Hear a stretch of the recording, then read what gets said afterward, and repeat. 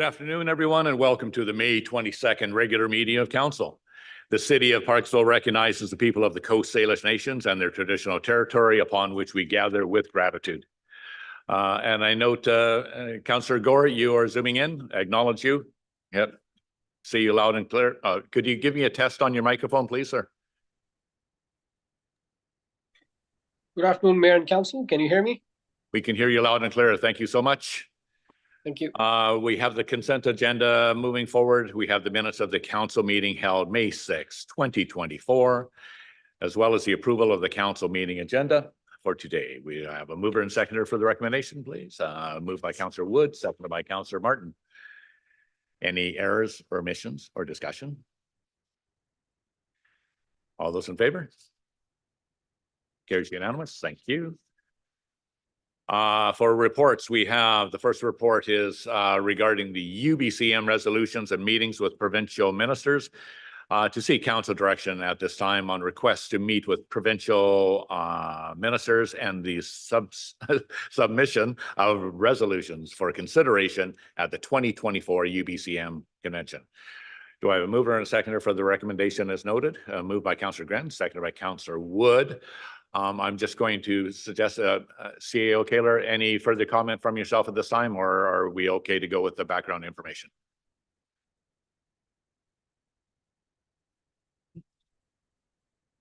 Thank you. I was just checking the date. I forgot my computer today. Through you, we would just like some direction from council by the 15th of June, if you would like to submit either requests for meeting with ministers at UBCM or submit a resolution for consideration. We do, as outlined in the report, have a few pieces of information we would need from council if you wish to proceed on either of those items.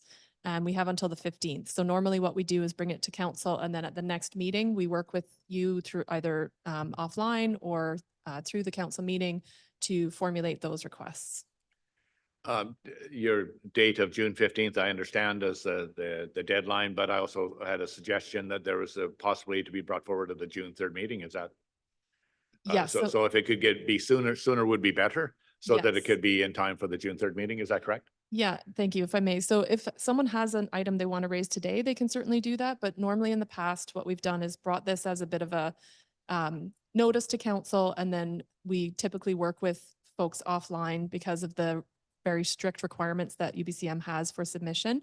And then we bring them back sort of for confirmation from council as a whole the following meeting. So not to say that you couldn't bring something forward today and we can finesse it and work with it that way as well, but that's been our past practice. Thank you. Thank you for the clarification. So council, to understanding you're aware of the ask here regarding the UBCM resolutions and so forth, and meetings with the provincial ministers, which will be happening in September later on this year. Oh yeah, okay, thank you. And then what we're looking for is any resolutions that you want, or applications for the, as we kindly refer to as speed dating meetings with the ministers, which is very important, and we've had a lot of good effect of that past meetings. So take it into consideration, and if you want to discuss it with myself or other members of council, and of course our CAO, to see if there's any appetite, to put this forward from the City of Parksville. The deadlines. The deadlines have been just advised, and so speed is of the essence here, because these minister meetings are very hard to get without a proper appointment, and so it's important. So just consider it, and if you put something together, you drop an email, give me a phone call to either myself or the CAO, and we'll make it happen. And I have a couple ideas as well, and let's get something going, because that's probably one of the highlights of the UBCM meetings anyways, that it is very effective to meet. And I'll go first to Councillor Gaur. I see his hand up. Councillor Gaur, I recognize your hand up. Go ahead, sir. Yes, thank you, Mayor. And through you to our CAO, just some clarification, Ms. Kaler. So the resolutions that were passed at AVICC that were brought forward by myself and one other councillor, my guess is they automatically go to UBCM, or do we have to bring them up again here in the next meeting, as you suggested? Go ahead, CAO Kaler. Thank you. If I may, through the mayor to yourself, Councillor Gaur. So if they were endorsed by AVICC, then yes, they automatically go forward. So I believe the one that you're referring to from yourself was endorsed, if I'm correct. So that would automatically go through. Thank you. Thank you. And Councillor Martin. So we have a list of the history of, on Yes. our notes here about some past meetings. So for example, the one to do with the sustainable food that we had done last at UBCM, we got a response here. So where do we go from here? Like, how do we make it work? What they suggest? What do we do? Do we get in touch with them? Or, because there is a request here, and then there's been, you know, the result is what I'm wanting to see. Yeah. Like, what do we do with it? Yes. Yeah. When we do have a meeting and then we get a response, so what happens after that? How do we do this? I would suggest that is based on the response we received. We've received all the responses now from the past UBCM meeting, and I've reviewed them all and understand that they have advised the limitations or the possibilities of taking it Right. forward and so forth. Right. If that was the case that they suggest taking a portion of it forward or moving forward, then that would be up to the individual council member, yourself or anyone else at this council table. Anyways, to bring forth a notice of motion to say that you want to proceed the following, consideration of moving this in the opportunity of moving this forward. You propose the following notice of motion, and then Okay. it'll come to the council table Okay, with full council support, and then it'll take to the next step. Obviously, it has to be put in the context Okay, of course. a motion so that we can understand staff time and the resources put into an effort, and good conversation with the council. okay. Yeah, so any of the responses that we've got, we had a number of meetings last year, and we all, I did not know to any that were not responded to, so I reviewed them all. And, You have? yeah, Okay. so, Thank you. yeah, so, yeah. Okay. Thank you. Any further questions on this on the floor? Already moved, no further discussion. All those in favor? That carries unanimous. Thank you. Next on our agenda today, Council, is the report from the Director of Community Planning and Building regarding consideration of provincially legislated requirements for housing density. To consider options for an update to the city's zoning and development bylaw in order to satisfy legislated requirements for housing per the provincial small-scale multi-unit housing initiative. Mr. Russell, if you can make a synopsis opinion, and it was a very well done report. I reviewed it a couple of times, and I'm still looking forward to your presentation as well. Thank you so much for getting this done. I realize it's timely, and it's an incredible amount of work that you put into this, that it was dropped on you literally. So thank you for your efforts today. Thank you, Mayor and Council, and thank you for accepting my late report. I apologize it wasn't to you sooner. I hope this presentation provides some highlights that will make that up to you. So yeah, the small scale multi-unit residential housing initiative, or originally we were calling it SHMU, but now it's kind of worked out to be SHMA as we work through this process. You better. Very catchy.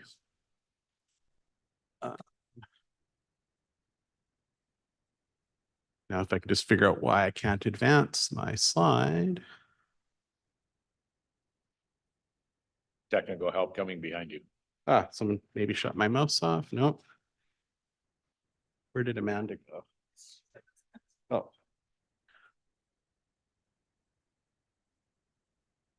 So this originally started with 4 pieces of legislation.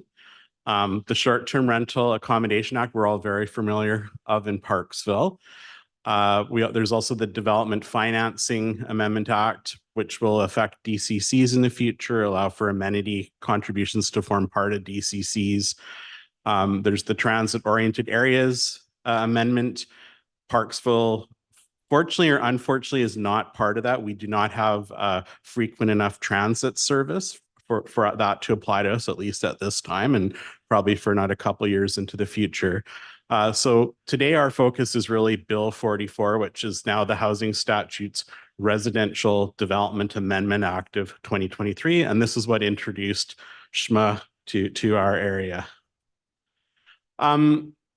Challenges. The time frame for this has been pretty challenging given other workloads and really given the conflicting information that has sort of permeated throughout this process. So there's been conflicting legal opinions on what restricted residential is. There's been changes in the policy manual on what restricted residential is. And there's also been late minute information regarding potential exemptions of referrals to MOTI. And unfortunately, the MOTI referral exemption is if the changes to your bylaw are very strictly related to the SHMA implementation. And our changes go beyond that because it would be, you're sort of in there rooting around in the bylaw. So, and we received that notice through a covert planner Facebook group on May the 10th. So I wasn't going to redo the bylaw to meet that requirement. This slide shows, and this is a copy from the report, what the provincial benchmarks are. And so that's in the column, a second column from the left there, or the leftmost light colored column. So the province is looking for 4 dwelling units. And currently Parksville allows for 2 in our RS1 zone, our SLR1 zone, in the form of either a secondary suite or carriage house. So what's proposed is to allow for 4 dwelling units, 2 of them being principal dwelling units, which can be in the form of 2 single family homes, or a duplex, and then inside of those dwelling units can be a suite, and that's how we arrive at the 4 units.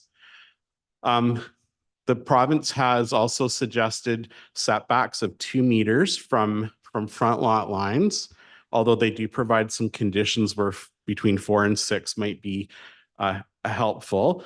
Currently, our setbacks are 7.5 meters, and we're proposing to go to 4.5, which has been proven on the ground in Parksville in our small lot residential zone, as well as other zones, other comprehensive zones where those numbers originally came from.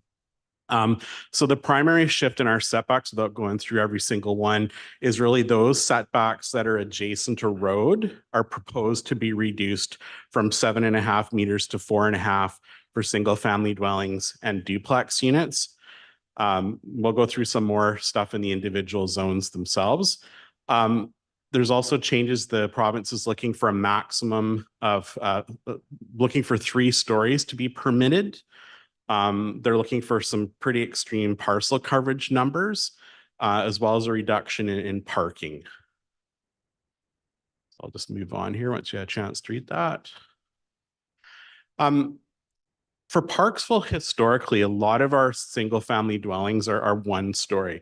We've allowed for 2-story dwellings for probably 30 or 40 years, but the market here historically has tended to prefer single family dwellings. So the province is their dream is 11 meters or 36 feet. We currently allow 7.5 meters or 24 feet, and we're proposing 8.6 meters or 28 feet. In the table below, it's showing, the one table is what is the minimum the building code would allow. So the building code would allow for basically a 7-foot ceiling, which would easily fit under our current height. You could do 3 stories in a cube within our current bylaw. We're proposing within our current bylaw, traditional ceiling heights of 8 feet. You could do a cube building under the proposed amendment to 8.6 meters. So this would satisfy the 3-story height without matching the same height as our high density apartment zone. That's the difference. We've also added provisions in our height regulations to encourage dormers to be put into the roof to sort of better blend in with the aesthetic of the neighborhood. So those are some of the key changes. I already mentioned the number of dwelling units. This is just reiterating it. So 4 dwelling units per lot, 2 principal units, either in one dwelling, either in a duplex or 2 separate houses, each with a suite in the bottom. This has essentially replaced the accessory carriage house. So rather than a house and a size limited accessory carriage house, you'll now have 2 houses on the property. If you want to call it your accessory carriage house, you still can, but effectively you can have 2 dwellings on the property now. This is just sort of a glimpse of the RS1 zone. And this is the zone in the city that at the end of the day will be most result in the most potential change. So as I mentioned earlier, the main change in the setbacks are from 7.5 from a road, either the front or exterior lot line, now going down to 4.5 meters. Obviously, accessory carriage houses don't exist. They've been now replaced with a full dwelling unit. So that provision has been removed. The building height has been adjusted to 8.6 meters. And there's been a change in the floor area ratio from basically 50% to 60%. No change in the parcel coverage is being proposed. And unfortunately, it's just off the edge here with this thing. But so no change in the parcel coverage is being proposed. And there's a very specific reason why we haven't touched that. Changing the parcel coverage changes all of our stormwater planning for the city. It changes stormwater management, how much water can percolate into the soil, all those sorts of things. So in light of not changing the parcel coverage, in order to facilitate reasonable sized units as detailed in the report, we've adjusted the floor area ratio. Floor area ratio is kind of a weird concept, but if you took all the floors of the building and divided them by the size of the property, that's the floor area ratio. So for very simple purposes, because I'm not good at math, if we had a parcel coverage of 25% and we had a 2-story building, it would need a floor area ratio of 0.50 or 50% to work. So that's what these adjustments are proposed to do so that you could have reasonably sized units. The small lot residential zone is really what many of the changes are based upon. It's in some ways it's slightly more permissive with respect to the exterior lot line, but it has always had a front lot line setback of 4.5 meters. Some tweaking, you kind of look at it and go, well, why do we have accessory buildings at 6? So again, some of these are just kind of housekeeping adjustments. We no longer have accessory carriage houses in this zone. And you can't see it there because I don't know how to move this thing. But essentially, there's 2 size lots provided for in this zone. There's parcels that are 450 square meters or greater. And they have the same parcel coverage requirements. Oh, thank you. That's better. So they have the same floor area ratio requirements as a single family zone, and that's been adjusted accordingly from the 0.50 to 0.60. We also have a higher floor area ratio on smaller lots, and that's proposed to be changed correspondingly from 0.55 to 0.65. Again, very few properties will be affected by this change in the SLR1 zone because most of the SLR1 zone properties are already built upon. There's a few that aren't, but again, there's not a lot out there.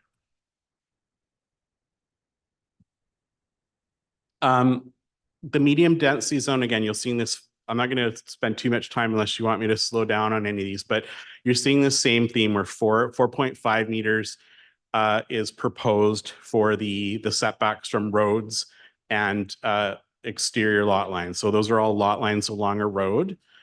The minimum parcel size is being proposed to be simplified down to 560 square meters. Because the density is being adjusted, so regardless, you can have 4 dwelling units per lot. In other words, 2 houses with suites, or up to 30 units per hectare, whichever is greater, which is the existing density. The height is proposed to be adjusted from 7.5 to 8.6. And that's for all buildings in the RS2 zone. And that's traditionally been our sort of townhouse zone or patio home zone. These are low, relatively low height buildings. And then more of the excitement in our RS3 zone. So the setbacks for apartment buildings or multifamily buildings is not proposed to be changed in this zone. However, for single family dwelling or duplex, again, it matches the RS1 zone at 4.5. This zone also had a number of heights. It's been simplified to 11 meters. Again, these are all, I can't think of one RS3 zone property in the city that doesn't already have an apartment building built on it. So again, I don't think in the grand scheme of things, this and a number of the CD zones will really have negligible consequence, but to bring them into compliance with SHMA, they all needed to be amended. Again, minimum parcel size has been adjusted just to one minimum parcel size. So on a 560 square meter lot, you're gonna have a really small multifamily building. And again, you can have 4 units, or, you know, you're limited by the size of the property and how many units you can have. And this is sort of, I think, my last individual zone I'm going to go through, but this is another zone. We have our residential high density zone. This zone has 3 different heights depending on the kind of multifamily building. Again, the principal height of the single family or duplex buildings has been adjusted. I think all these zones have apartments on them. I don't think we're going to have someone build a house on them, but again, these adjustments had to be made to bring this into compliance. The setbacks for single family and duplexes match the RS1 zone at 4.5 from all roads. What other changes? Now into something different. What other changes were made? So the parking is proposed to be updated, and we were actually fairly close to the provincial requirements already. So for the initial dwelling in Parksville, you've always required 2, but for every dwelling after that, it's always been 1 per dwelling. So 1 for a suite, 1 for an accessory carriage house. And what's proposed to be changed is now it's just one for each dwelling unit. So that initial unit, rather than having to have 2, it's proposed to be changed to 1 to match the SHMU or SHMA. And then the rest of it is no changes are proposed. And then changes were also made to the multifamily zone. So for the first 4 units, you're at 1 per unit. And then everything after that, it's our normal standard. And that was intended so there was no advantage. Essentially, so someone wouldn't go, oh, I could subdivide this into 50 small little lots because the parking requirements are slightly less. So it was to make it so that the parking requirements for 4 units or less is uniform across all of our multifamily and single family zones. The secondary suite regulations were updated. I'm going to cover that off a little bit later in this presentation. Where possible, 1 minimum parcel size was established for the zones that are under review. We also updated the bylaw for consistency with the ALC. There's a provision for home site severance is provided in the bylaw, as well as the parcel size is standardized at 4 hectares. We changed the home-based business and the suites are permitted. Sorry, tripping on my tongue here, I apologize. So in the downtown, we've allowed for 1 single family dwelling. There's no proposal to change that because this zone does allow multiple units in conjunction with commercial. Based on the latest information, that's no longer considered a restricted residential zone. However, we've always sort of had this weird scenario where someone wants to operate a business within an existing dwelling in the downtown, and they have full-blown commercial use. And so they have been allowed to operate those businesses. This is intended to provide clarity on, if you have it in a house, what the scope of that business can be before you need to go into full-blown commercial premises. And the other provision is just for consistency. If you have a single family house, you can have a suite in it. That's sort of standardized more throughout the zone. And we've also, a lot of the changes are really just related to formatting. So it was really unclear in the old bylaw what was a principal use. So on a single family property, you would have single family dwelling listed, and then you'd have accessory carriage house and home-based business. And the latter 2 are actually accessory uses. So the formatting of the bylaw is much more clear that those are separate things, that you have to have that main principal thing already in place. I'm sure as part of some other housekeeping that stylistic change will be implemented further through the bylaw in the future. As part of the zone, we had to add some definitions. So we have at least 3 CD zones and other zones that have child daycare, I guess, as a permitted use, and they've all used different names for what those are. So those have all been replaced with a new thing called accessory childcare program. We had our A1 zone that had a thing called domestic industry, which was kind of a more permissive version of a home-based business. But our bylaw lacked a definition of what exactly that was. And so that is being corrected. As we now have a provision for dormers, a definition of dormer has been added, as well as we have some, and I didn't really put it in the slideshow, but our mobile home zone, as it's being applied to the land, has kind of been a bit of a mess in that it's sort of had 2 different scenarios. It's had mobile home parks, and then it's had these strata lots that are kind of like individual lots. Like Farrell Drive or Aurora Mobile Home Park, where they're actually individual lots, very similar to single family dwellings. And so a lot of the change was to that zone to kind of, for those single lots, to make them more similar to our RS1 zone. So you could have 2 modular homes on a property or 2 mobile homes on a property, and within that you could have a suite. Similarly, because these are like not or low built form or not tall buildings, the height and the setbacks have similarly been adjusted to the 4.5 meters from the road. I don't see a lot of impact on the ground. I don't think someone's going to shift their modular home because the setback's been relaxed. But if they were to put a second modular home on the property, then the setbacks could correspond to our single family zone for those strata lots. The bylaw limits it to those strata lots that are in existence at this point in time. If someone wanted to change their mobile home park to a strata, then there would be a process to go through. This is partially related to affordability and not wanting to create a situation where rental accommodation would suddenly be lost potentially to the city without having it go through a council process to vet it first. These are a bunch of definitions that were changed. Again, childcare programs being updated.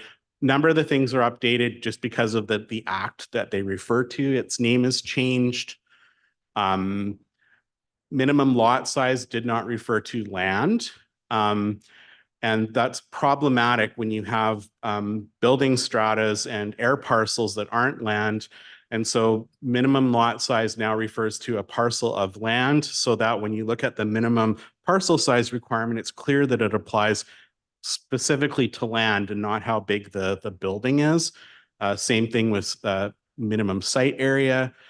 There was also some conflicts between minimum lot size and the interpretation section minimum lot size, which really should have been minimum site area. Usable open space, the definition had a measurement in it of 6.1 meters as the minimum width that usable open space could be. That's been modified to 4.5 meters.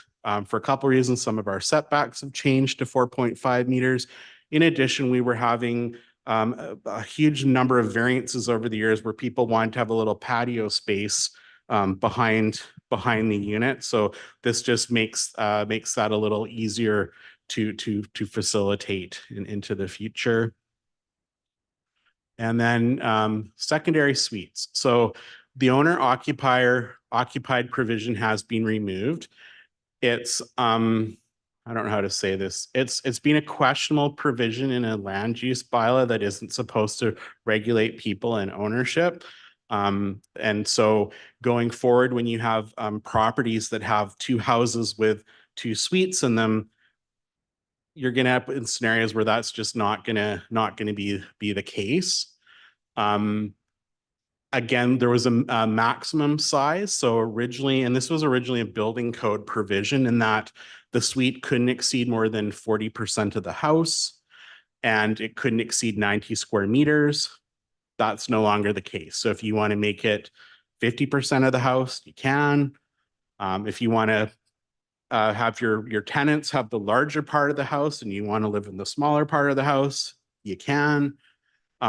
We've also reduced the minimum size from 40 square meters to 30. So that's about 430 square feet down to 323. In looking at this, we do note that a number of jurisdictions do not specify a minimum size. They rely on the BC Building Code. And again, this could be revisited in the future.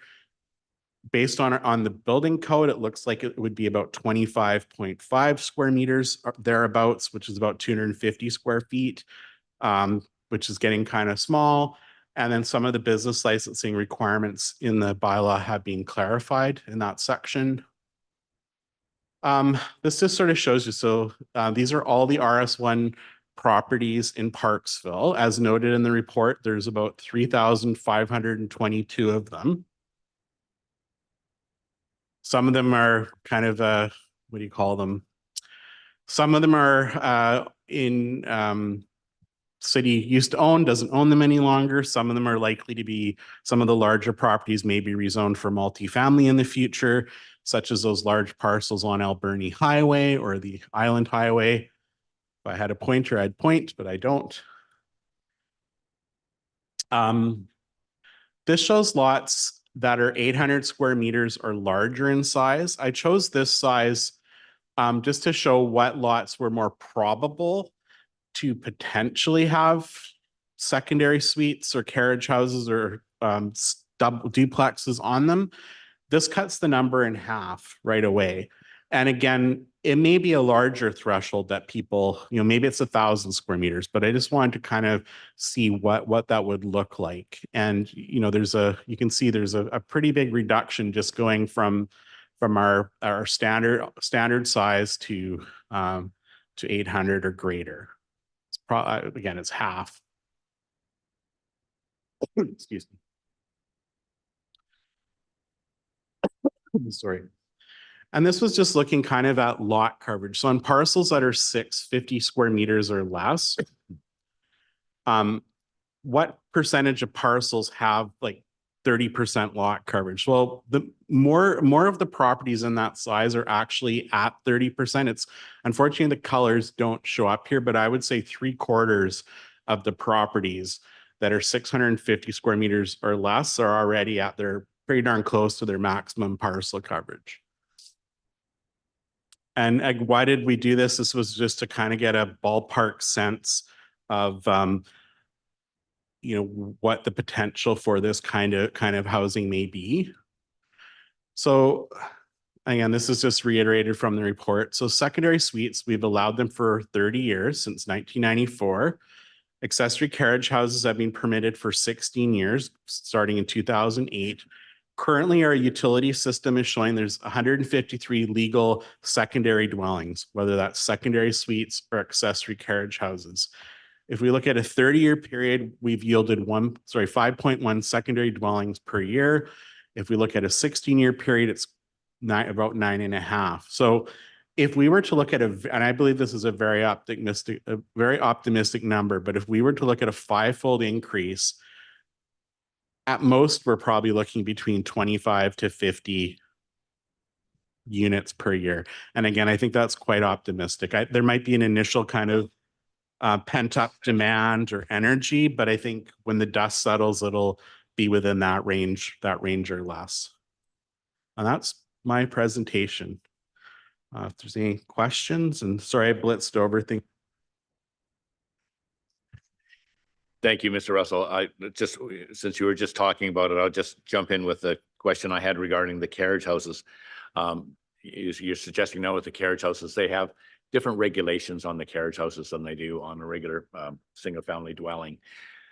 Different regulations being, we have always made our basement suites and our carriage houses subject for rental and not to be permitted under short-term rentals. Now, the fact that you made mention that if you have an existing carriage house and you have a residence, you can just not even call it a carriage house anymore. You can just call it a residence, a secondary residence on that same property and still stay within the new zoning.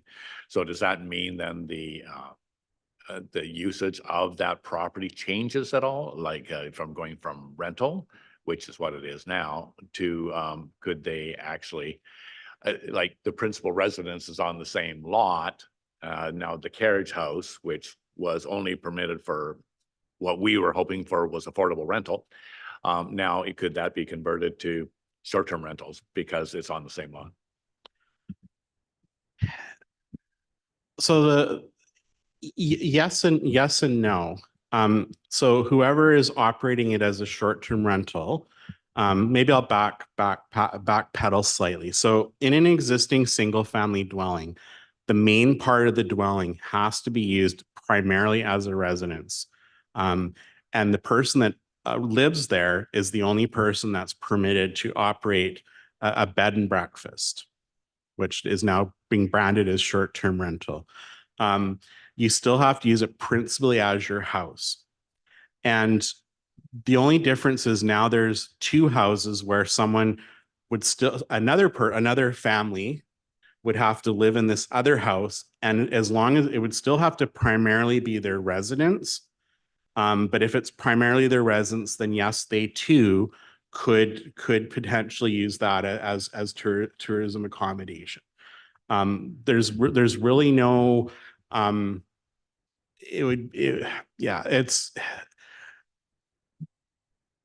there's no real way around it. From the because you can't. We are required to allow for 4 dwelling units, and you can only have 1 secondary suite within a principal dwelling unit. And so to ensure rental accommodation, what we've done is we provided a secondary suite within each of those principal dwellings. If you have a secondary suite, my recollection is that you can't have a bed and breakfast in a house with a secondary suite. I think I would have to double check that, but that's correct. Yeah, sorry. So if you have a house, so our incentive is that you can now have, you'll have a suite in those buildings, and that hopefully incentivizes you to provide rental accommodation rather than short-term rental in your principal building. So thank you for that. I'm kind of with you. So if you had a large enough lot right now and with the new reduced setbacks, you could effectively put in a carriage house, but instead of just a carriage house as 1 single living unit in the carriage house, it would be probably advantageous to create that carriage house with 2 living units in that carriage house. And especially if you were the owner of the other principal residence that was already on that lot, would give you better rental income, but would also provide more rental units for our community. So it's doing 2 things. It provides somewhat of a mortgage helper for the people, but at the same time, it's going to provide more rental properties. Like basically, it doesn't cost that much more to make 1 separate unit as 2 living units, as to with the new reduced square footage packages that may be acceptable now. Especially, well, they will be according to the building code. So I can see some advantages to those people that are sitting on large pieces of property that would accommodate that. So it might actually achieve more rental units in our community. And if I may, there's with the questionable ownership restriction being removed, it may also encourage more residential rental accommodation. Okay, thank you for that. Councillor Martin. Thank you, Mr. Mayor. Thank you, Blaine, for all this effort. It's amazing how you do it between the hours you work, probably extra hours. Anyway, I have experience with this duplex idea with suites many, many years ago in the North Shore. North Vancouver City bylawed that, where there was suites, duplexes and suites below. And this is like 40 years ago. And the city of North Vancouver has got the densification there, in town. And it was, eyebrows went up when it was being done many years ago. But it's turned out from my recollection of people that I know that live there and lived in those places. Very successful. So this is a whole new thing for us, but I just want to assure you, this is nothing new. You probably know that, but I've had my experience with that. So thank you. Yeah, that's all. Thank you. Councillor Grins. Thank you, Mr. Mayor, and through you to our Director of Planning. So yeah, there were a lot of questions I certainly had when Bill 44 came out, and now seeing Shma here, I really appreciate the excellent job you did here of increasing my Shma understanding. The wrong setup but I'm still, I guess, want to get a little more clear on how I understand now how the lot breakdown and all that sort of 4 units works, but can you speak a little bit to how the ownership structure would work on these individual lots? So would you have, like, do you expect, for example, that we would see an increased likelihood that there'd be like one person owning kind of 4 houses in a sense on their lot, or would it be more likely that someone would stratify and then sell part of their property? Maybe can you speak a little bit around how that might look? Sure. So where there's an existing building on the property, a building strata to put a second dwelling on the property and do a building strata conversion would require that the existing building be brought up to the current BC building code. So depending on the age of the building, and this is a provincial requirement, that could be prohibitive depending on, there's seismic changes, there's energy efficiency changes. And so again, that can be part of it as far as where a property has an existing dwelling. Now, again, I haven't looked into it in a lot of detail, whether there's a difference when it's a standalone building and the other building is going to be spatially separated. But if you were to take an existing house and decide that you wanted to convert it into a duplex, for example, then that whole building would have to be brought up to the current BC building code. And again, some of those structural changes for seismic and energy efficiency would all come into play with that. And that's outside of our hands. That would be a provincial initiative to change those requirements as far as the building code goes. If someone has a blank slate that they're dealing with, and there's a nice large property that no one's built anything on, then absolutely someone could build 2 dwellings on it. They could do a building strata if they do that within I think it's like a 6-month period of occupancy, and that they could do. The bylaw allows for that to happen twice, essentially. So you can have 2 separate ownerships on what is currently a single family lot, because each principal dwelling could be strata titled into 2 separate ownership or 2 separate titles.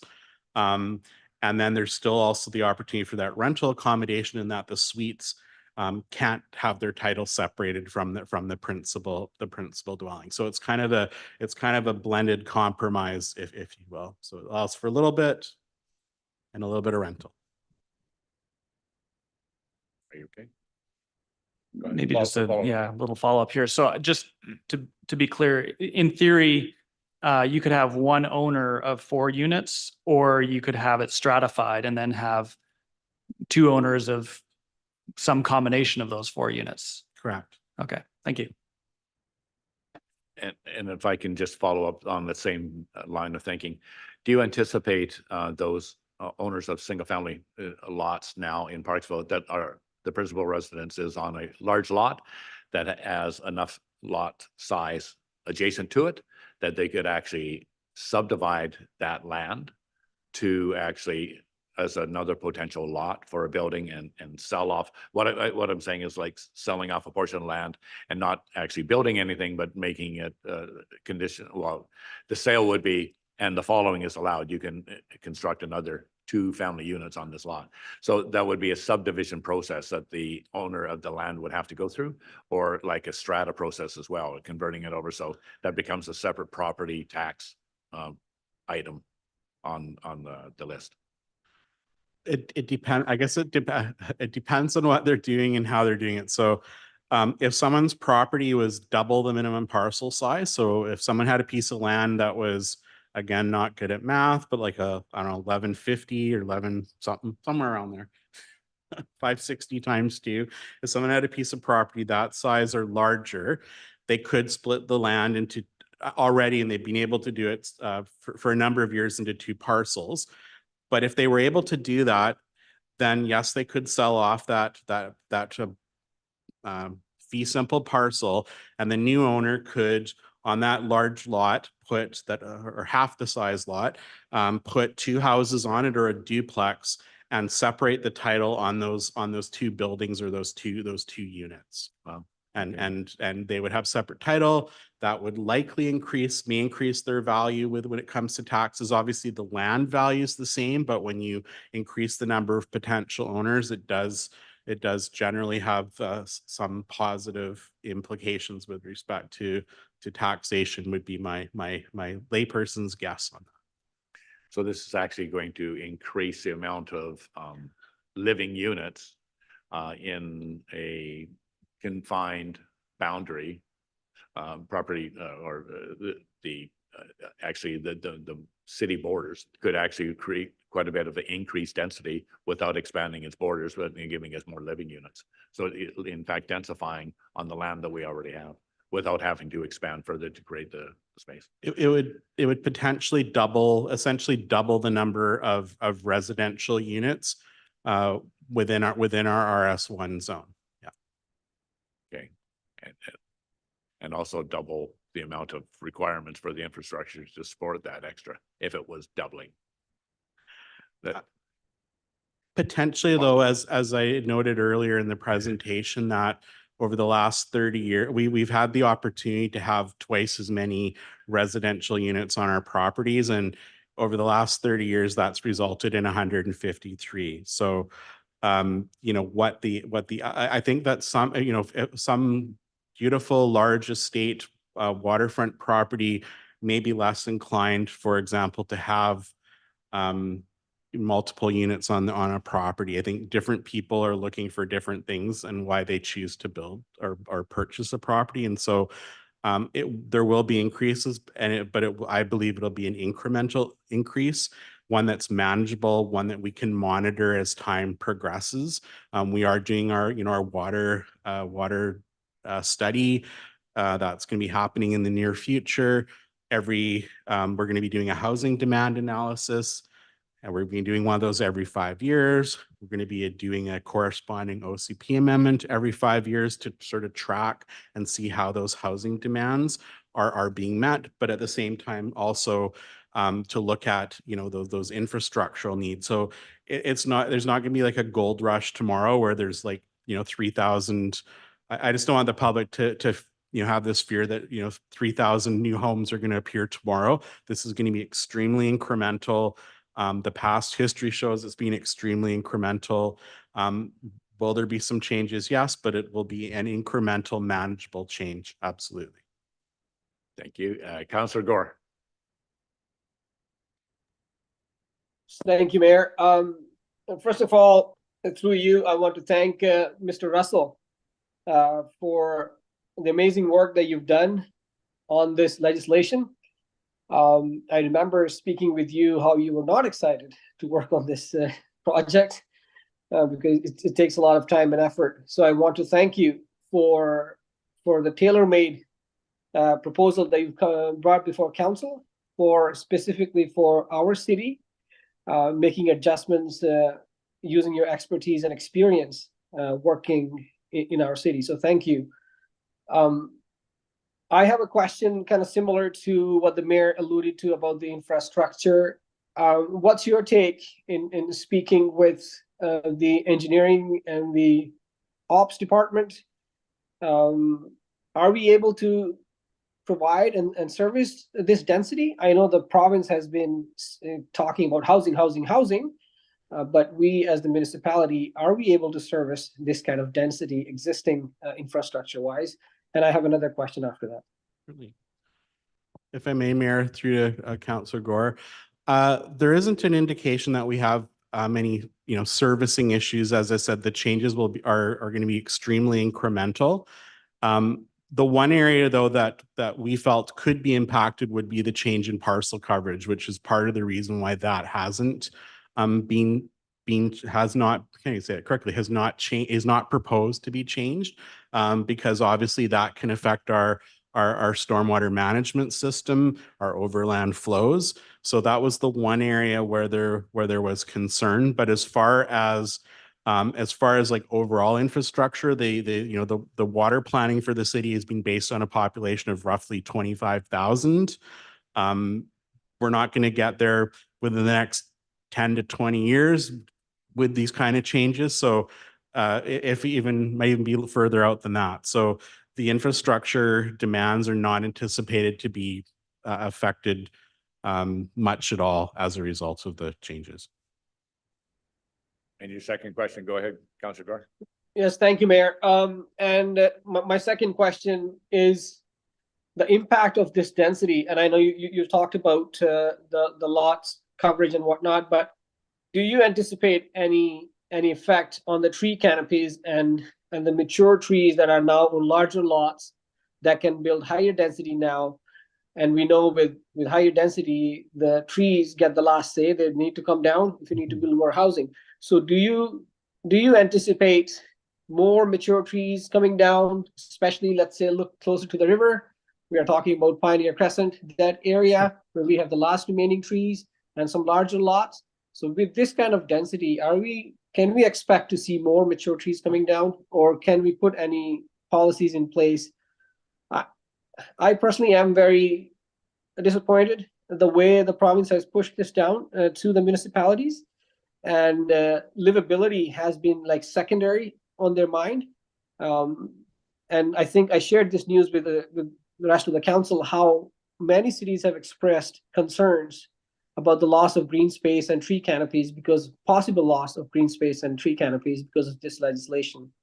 And sorry for the lengthy question, but also the urban forestry and the tree bylaw, how can we just incorporate those into this new housing so we can protect some of our mature trees? Thank you. Okay.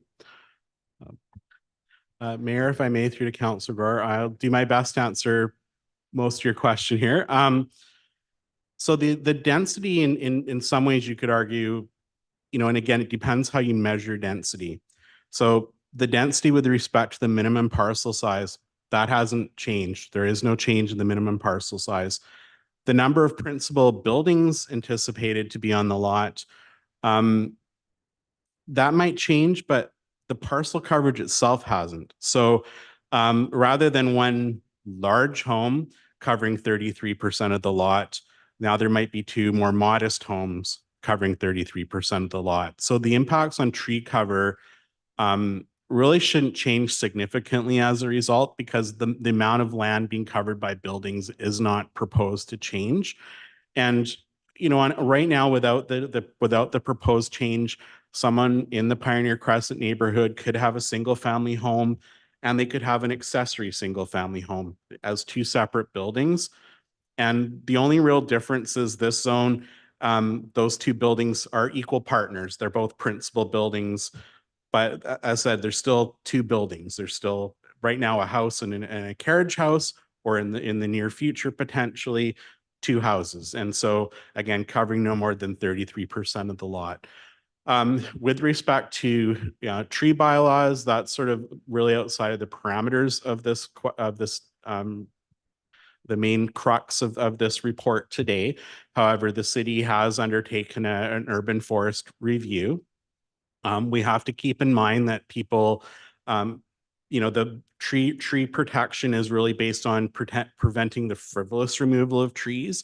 Without compensation, you can't absolutely prohibit someone from moving trees. And people have a right to develop their property.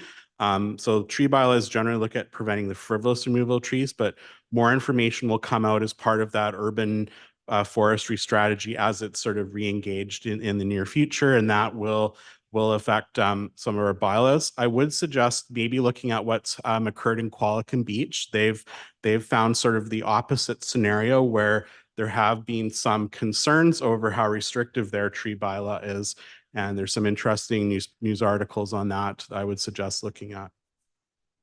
Thank you. Councillor Wood.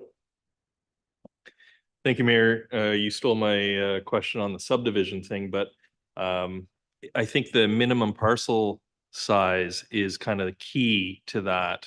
If I have one of the larger lots and now I can put a second home on that lot, if I do subdivide, there's still some minimum parcel size and minimum floor coverage in relation to the parcel size that are still kind of some boundaries on that. I chatted with you a little bit before the meeting, but could you speak to kind of the requirements that the province has asked us to, but some of the other items such as setbacks where the province might be not forgiving, but they might not push back on municipalities. I just thought I'd give you a chance to speak to that. Thanks. Certainly, Councillor Wood, if I may. It's been an interesting process, I guess would be my perspective on it. So certainly the province has mandated the number of dwellings that must be permitted, and that's for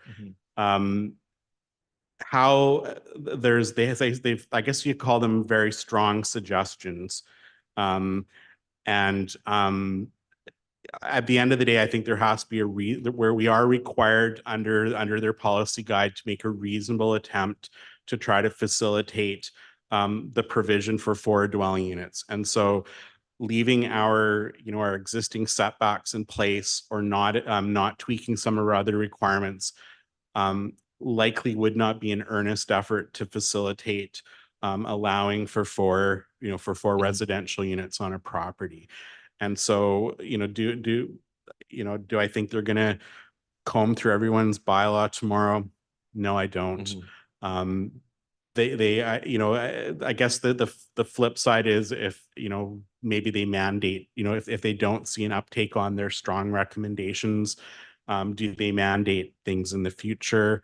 But at the end of the day, we're sort of compelled to make an earnest effort to look at our regulations to see if 4 residences are possible on a property and make adjustments accordingly in considering those recommendations to achieve that. Follow up. Go ahead. More of a comment than a question, but to Councillor Gaur's comment about sustainability.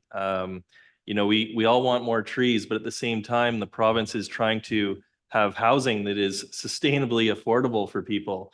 And as much as we'd kind of like to see single family homes on larger lots with trees, with the average property price being say $850,000 or $900,000 in Parksville, that is what the province is trying to change with smaller homes and more density that people can afford. So we're kind of trying to juggle multiple crises at once. And so that's what I feel the province is trying to do here, even if it was a little bit of a heavy hammer. And I want to thank our Director of Planning, Blaine, for doing a fantastic job at putting this together for us. Thanks. Councillor Beil. Thank you, Mr. Mayor. And through to our Director of Planning, I'd certainly like to add my thanks to you and to the Planning Department for all the contributions. I really appreciated the report. I've read through it a couple of times. I thought, I think I understand some of this, but not all of this. My big question was, what the heck is floor ratio? So thank you for explaining that when I couldn't get that at all. I do have a couple of questions. I also will make another comment, picking up on something that Councillor Wood mentioned, that reading through, I did appreciate the intent as stated in the bill, that allowing for and maybe even encouraging townhomes, duplexes and the like, that should hopefully limit and reduce the number of trees that would need to be felled. And also having that smaller setback should encourage and would hopefully encourage greater neighborhood vibrancy. And so I think that there was some thought there as to improving livability. It's not just about cramming more into the space that we have. But I do have a couple of questions. One, just to clarify, at present, I know that we have we had the ability for a house and a carriage house, an accessory carriage house, and that carriage home, I believe it was to a maximum of 960 square feet or whatever it was. So now if in fact there's adequate lot size, presumably the second home, as you were, could be the same size as the first home. Is that correct?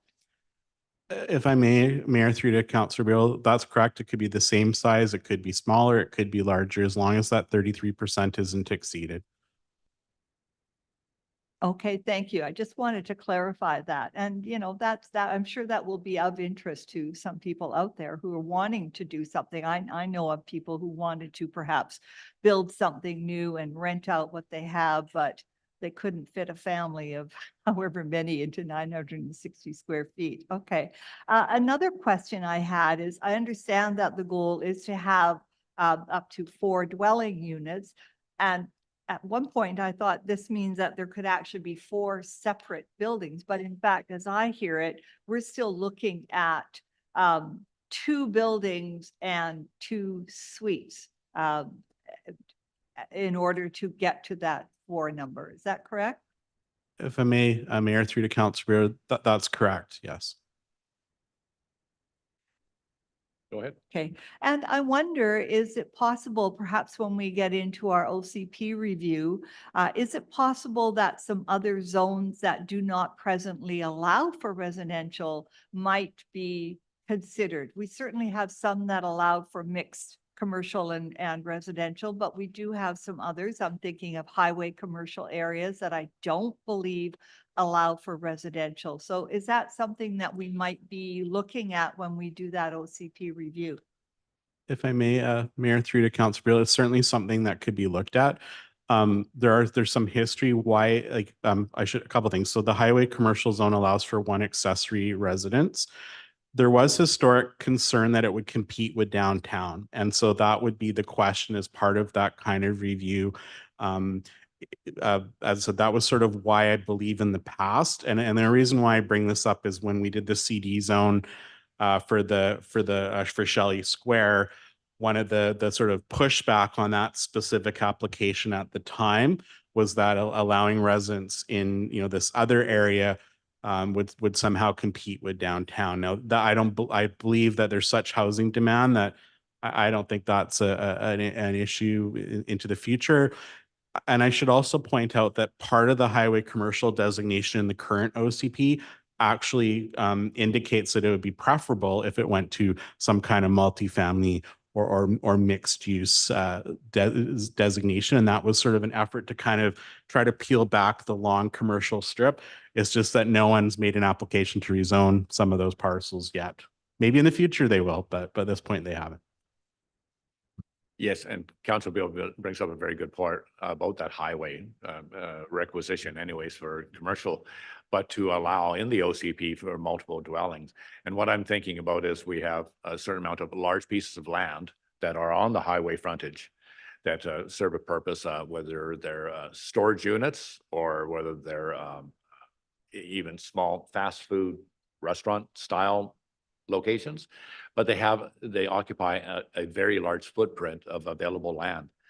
And the part of the affordability to our housing right now is the affordable price of land itself. It's not affordable anymore. But if they were to take those large chunks of land that are huge chunks and put densification of housing on top, I'm suggesting like on a car lot, like why not? You know, put on the car lot, maybe it's going to be some advantages, but putting housing over top of all those car lots, and it's going to get the pricing down for the building units itself, because the price of the land is currently being supported by the sales in a car lot or RV properties, or another one that are selling RVs, large tracts of lands within our city core that, to me, they're underutilized.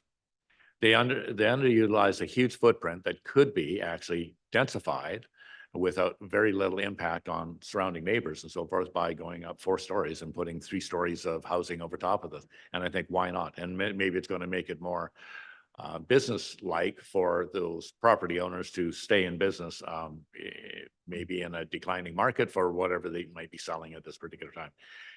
So what you're saying is in our OCP, you already have that stipulation in there that we should. It's just that no one has been brave enough to maybe test those waters, that maybe this is an answer to using the land that we already have. And the infrastructure is already there. We know that.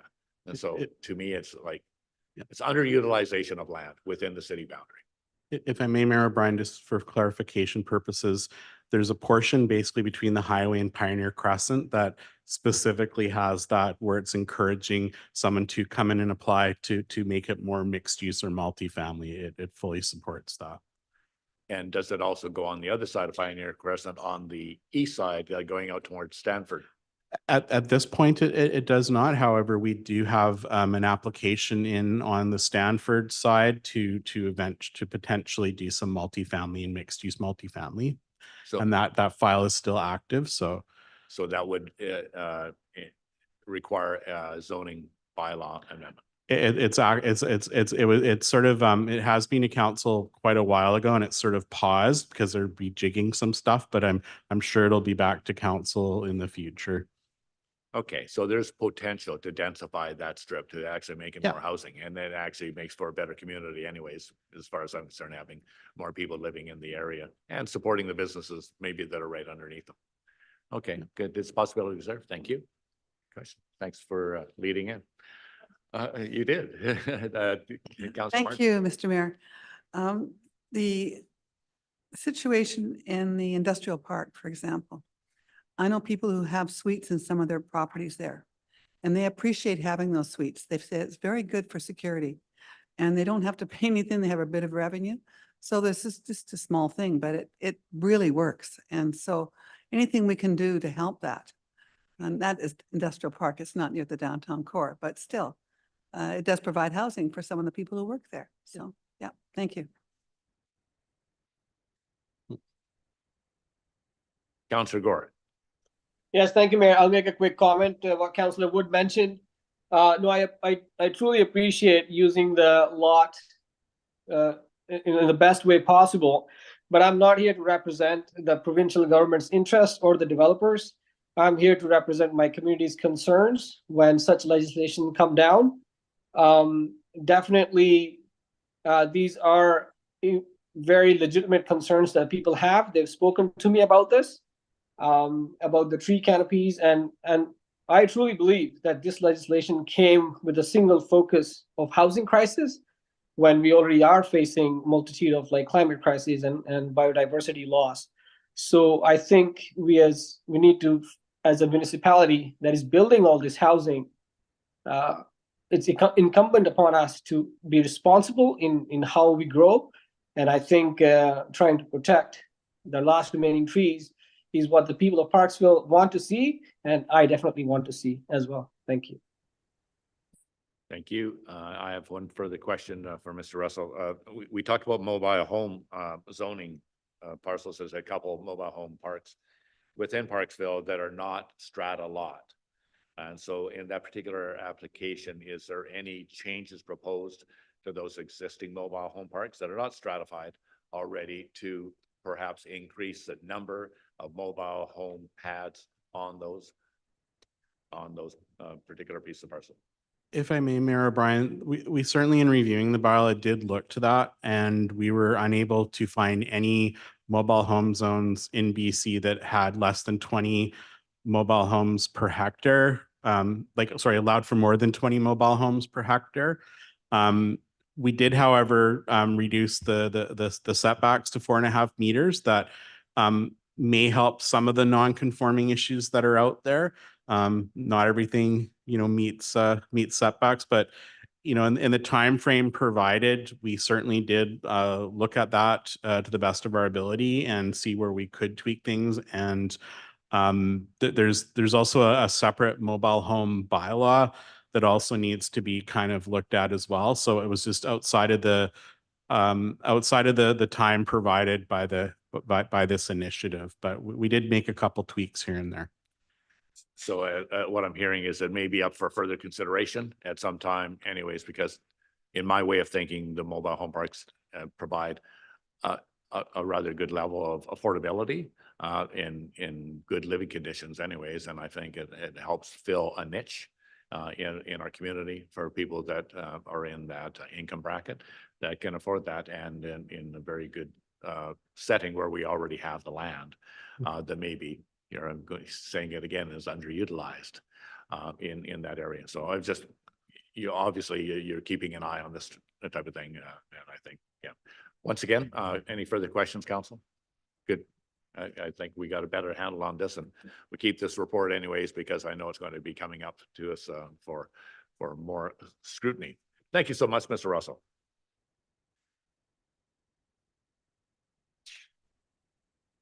So council, great comments. Thank you for the rigorous amount of questions and understanding of this very important housing initiative.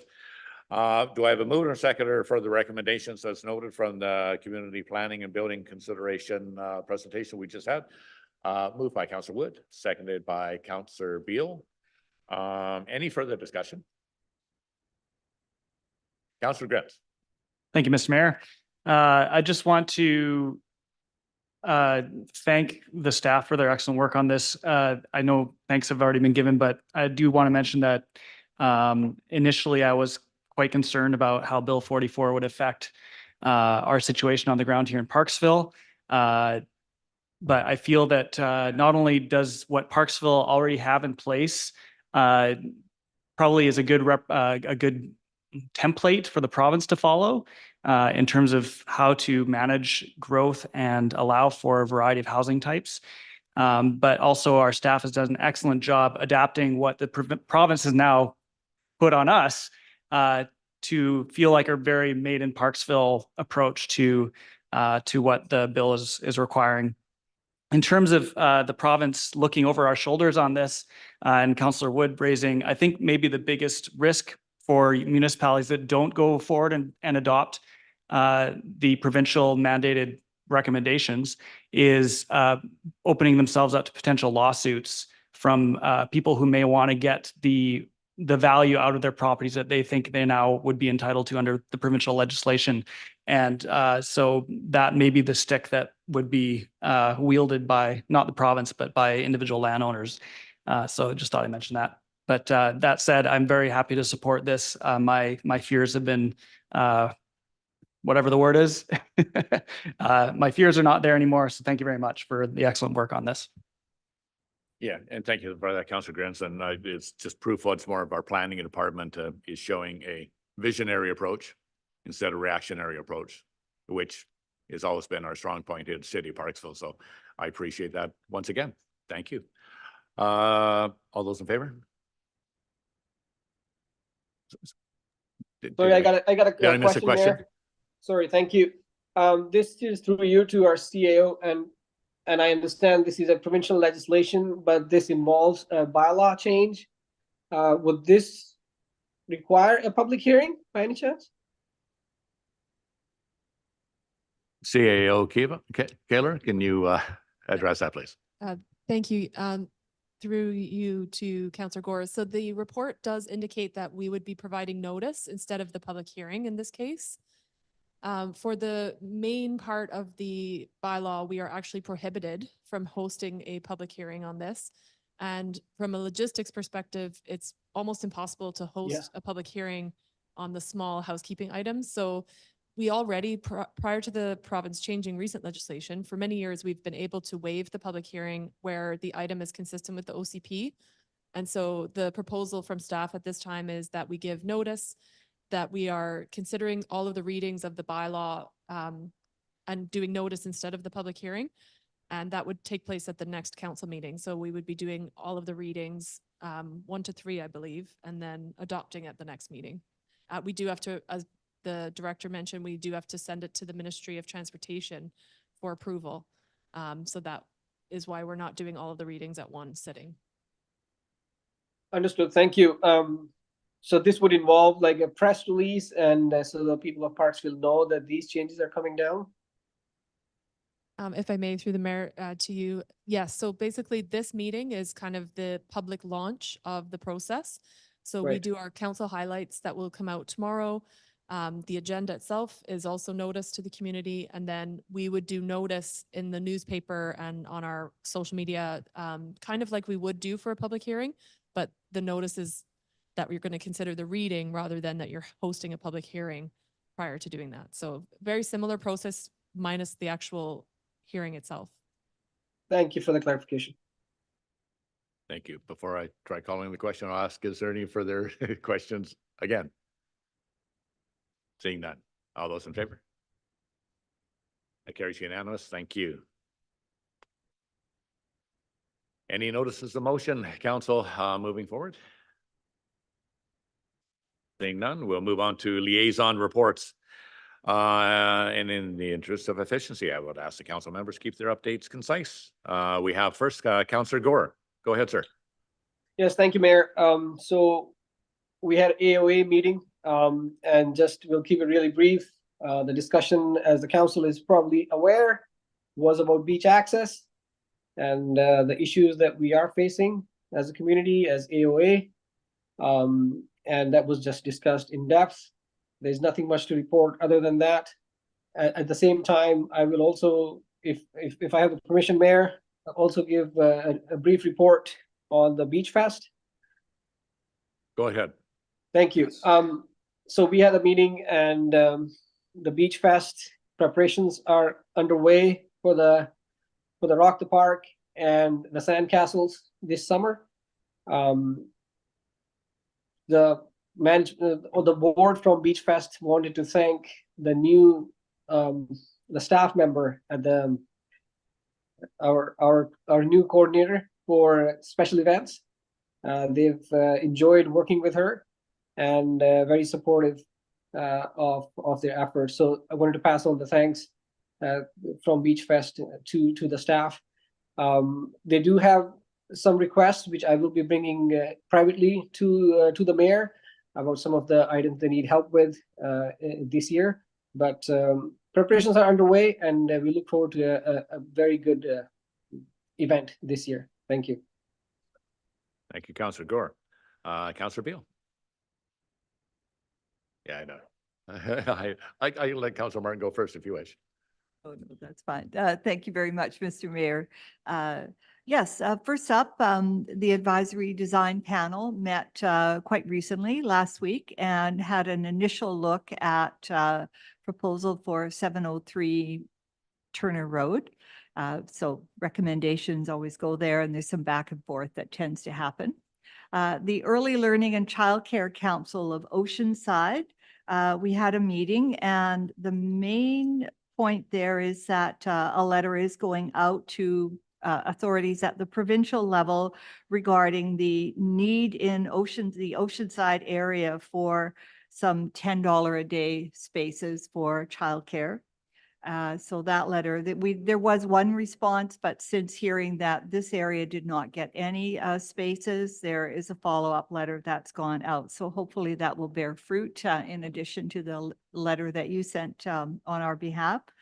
Also, a survey is being prepared, which will be on their website, the ELCO website, to try and get in touch with as many families as possible who are on a wait list for childcare, because we really need that information. The group needs that information in order to plan.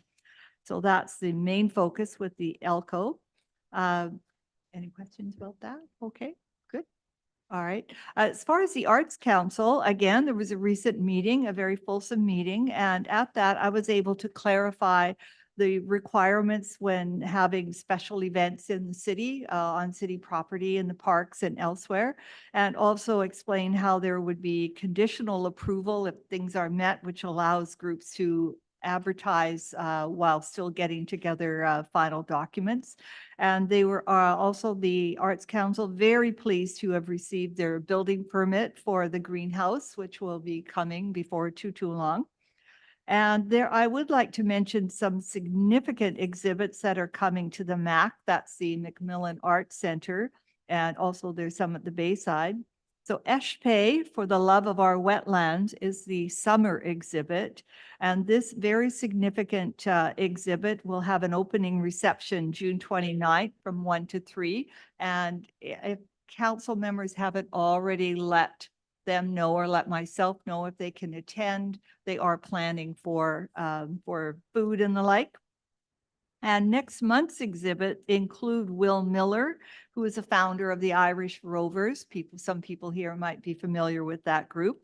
And he is also an author and a painter. And the opening reception of his works is June 2nd. And it includes not only the exhibit of his paintings, but he will be providing music at that. So that's one to perhaps not miss. Okay, I think I'm done for this time around. Thank you. Thank you very much, Councillor Beil. Councillor Martin. Thank you, Mr. Mayor. So much going on. Parksville is such a destination. It's wonderful. I'd like to mention the Downtown Business Association. As you probably know, they're using the plaza more and more as the year will go on. They had their first event on Sunday, May 5th. And what was kind of significant is I was driving by there, the rain was coming down, you know, and the month of May usually is pretty dry, but we had a couple of rainstorms this month, didn't we? Anyway, they had over 100 attendees in spite of the rain. It's called a Cinco de Mayo. So there's salsa dancing lessons, piñata and maracas, making crafts and doing it each person by themselves at different stations. So a successful taco eating contest, which was interesting. So it was a kickoff for the fun summer long events that they're having. So in spite of the rain, they had over 100 people show up. So that was pretty good, you know, considering. The Parksville Historical Society, I had some agenda items. I was at a board meeting last week and I thought there would be something more to share, but it's not ready yet. So there will be something forthcoming, except that I noticed that I didn't hear anything about the heavy rain we had the other day. So I guess the rain problem's been solved, and thank the city for looking after this. It's been there for so many years. So that was good because they're flooded, totally flooded from a rain like we had. And the last is the Biosphere, Mabry. They are doing an amazing job of exposure to the community. They're in the schools now. They're opening an office in Qualicum. They've been given space up there. We also had an event which impressed me. I was on the Nanaimo, Nanu's campground down by the water. It's the most beautiful spot. And there was 18 exchange students from all over the world, including and also mentors for this biosphere. They're studying here for 6 weeks, and it's quite remarkable what they're doing. The mentors come from all across Canada, universities all across Canada. There was about 50 people there. And I was just so impressed with that. The ceremony down on the water, what a spot. And of course, it was a lovely sunny evening. And then we had dinner at dinner for them at the, I should have written it down. It's the pub in Nanu's. Yeah, and it's Rocking Horse Pub, yes. And they did such a tremendous job for all these people. Plus they have guests too eating there, right? They have sections where people can go. And they were buzzing around, you know, they had been up, some of them for 36 hours, I think, traveling. And so they got 6 weeks here, and then we'll get the end of their 6 weeks and we'll hear what happens. And I'll be looking forward to the next roundtable early in June to find out about how they did with the my memory goes these days, I tell you, it's so full. The hard drive is really full. It's to do with the Brant Festival. And the Brant Festival will have a report what they have in June. So thank you very much. Didn't want to be too long. Thank you. Okay. Thank you, Councillor Martin. Yeah. Thank you so much. Do I have a mover and a seconder for the recommendation that we move into special business pursuant to Section 90E of the Community Charter? The council proceed to a closed meeting to consider items relating to the acquisition, disposition, or expropriation of land or improvements. I have a mover and a seconder for that. Moved by Councillor Wood, seconded by Councillor Beil. All those in favor? That carries unanimous. Thank you, council.